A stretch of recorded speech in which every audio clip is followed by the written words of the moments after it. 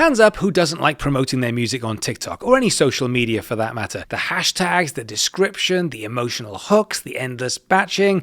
What if there was a way of promoting your music without having to make content for socials? Well, luckily there is, otherwise this would be an incredibly short video. Let's go back to 2008. Oh, I remember it well. Breaking Bad was hitting the charts. Lost was still very much confusing me. Best part of my day was probably changing my song on MySpace, and many other crazy things that were happening in the world. But music promotion was still very, very similar. In fact, it was still very, very complicated because there weren't that many places to promote your music. Social media was pretty new, so therefore you didn't get the same discovery or eyes or ears on your music as you do now.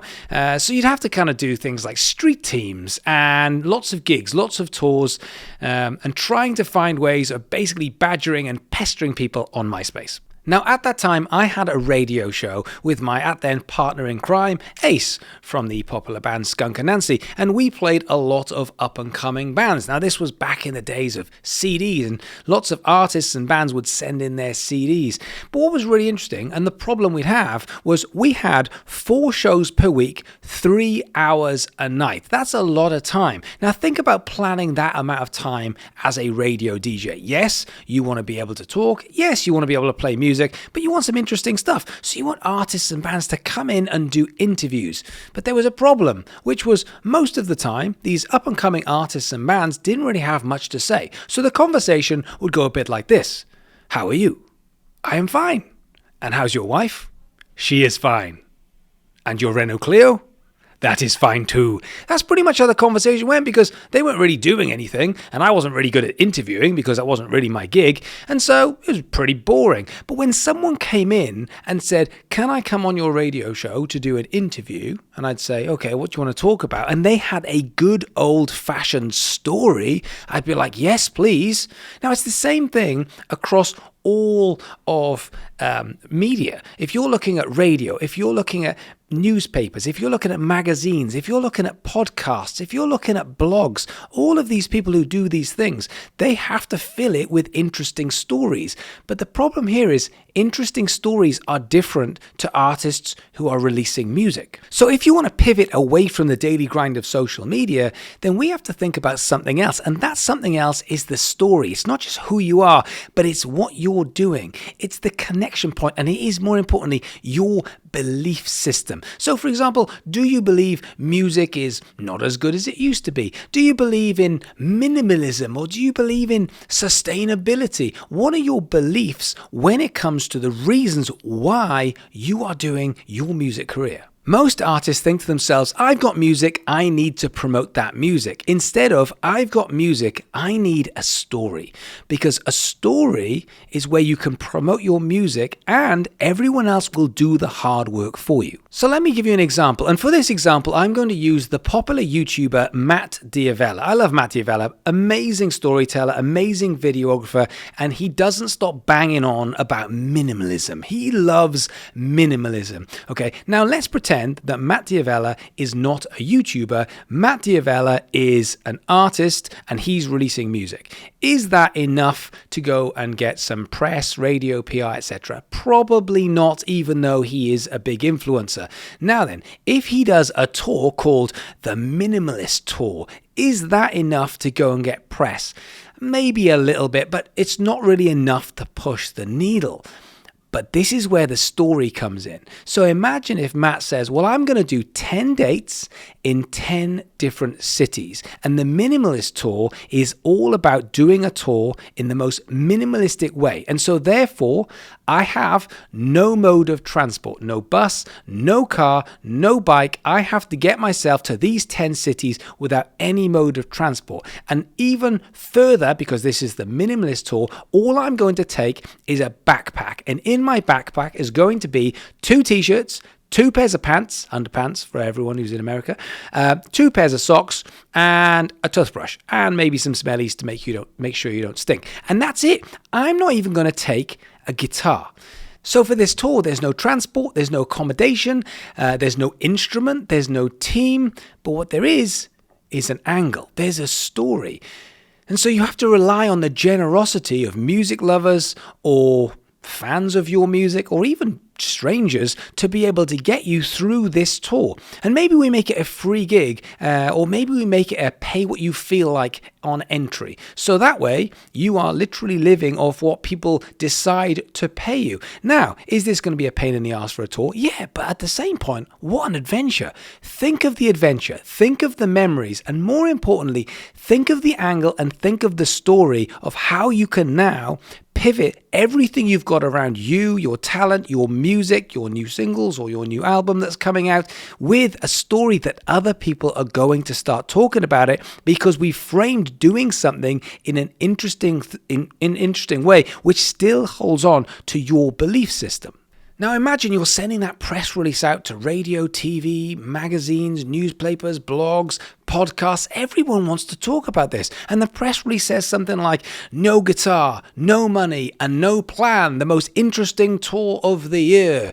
Minimalist artist redefines touring. And then you write about what happened, or maybe some of the things that happened on the tour. Maybe you add some pictures in from it.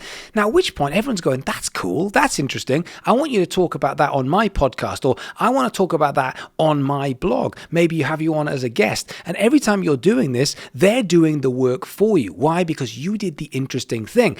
And whilst we don't want to lean into social media, I think that most artists struggle with the daily grind of what social media is. What am I going to post? I've got to go out and film myself walking down the street singing my song. Well, this is different. We're not having to worry about production values because the one thing that trumps production values is emotion and story. So therefore, you can do everything on a phone. This doesn't have to cost you anything at all because this is real. This is living the story. This isn't promoting your music day in, day out. So think about it. You could have day 4, borrowed a guitar from this fan. Or how about this? Someone's giving you a lift to your next city to go to your next gig. And whilst you're in the car and you've borrowed their guitar because you don't have one yourself, you've got a great story and you just kind of go, oh, while you're driving, can I just literally film myself singing my song? So all you've got to do then is you're in your car, you sing a bit of your song, at which point you just say, yeah, day 4, this is literally me borrowing a guitar from this person in order to keep my tour going. Day 6, playing under a bridge in Chicago. Day 8, sleeping on a record store owner's couch to keep the tour going. Day 9, hitching a ride on the back of a truck. This is such an easy way of doing something because now you're not worrying about anything complex. You're not worried about hashtags or descriptions or SEO or emotional hooks. All you're doing is you're going, I'm just going to sing my song.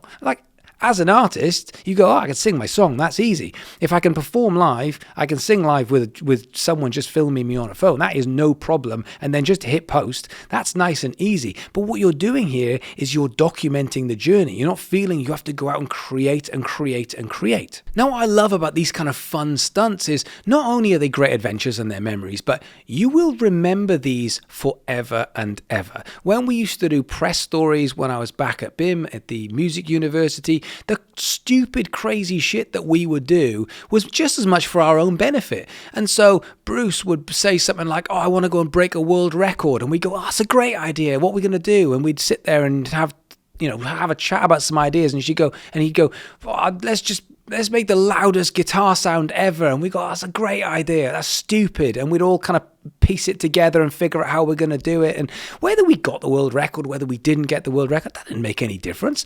This was about getting people talking. This was about bringing the community in. This was about doing something utterly fun and stupid that we would remember for the rest of our lives. And over the 10 plus years of building that university, how much do I remember? Day-to-day stuff, not really. I remember those bits. I remember the stunts. I remember the fun stuff. I remember the bits where everyone came together and we were all laughing and joking and doing things that were just absolutely brilliantly stupid.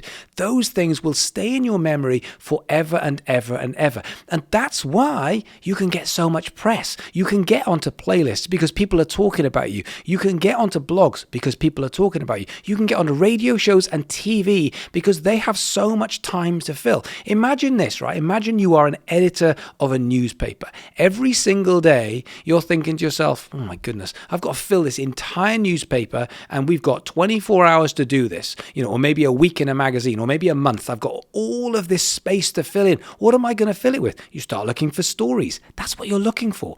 But when you say, man releases single, woman releases album, you're like, that's just not good enough story. No one's going to read that unless you are a massive artist who already has enough context. So what you're saying is, without the context, I need the angle and I need the story. But this is the fun bit. This is the bit that we live for. It's the adventures, it's the craziness, it's the silliness, and then documenting it and writing about it, taking some pictures or some videos, and then sending that as a press release to lots and lots of different people. You will find that you can get tens, if not hundreds of thousands of dollars or pounds or euros worth of press and PR off the back of doing the fun things, instead of just, hey, here's my new song. Hey, here's my new song. Hey, I know you're bored. Here's my new song. So stop thinking about creating content and start thinking about living your promotional strategy. Live the thing that you do. If you're stuck in this idea of what can I do outside of social media, the answer is very, very simple. It's do something interesting for people, and those people will attach your music, your talent to this belief system, to these interesting things, and they will drive this forward, because stories, good stories, are free, and they are way, way more powerful than any hashtag or any SEO or any 20-second piece of content of you walking down the street. Let's make adventures, let's make memories, and more importantly, let's get everyone to do the hard work for us.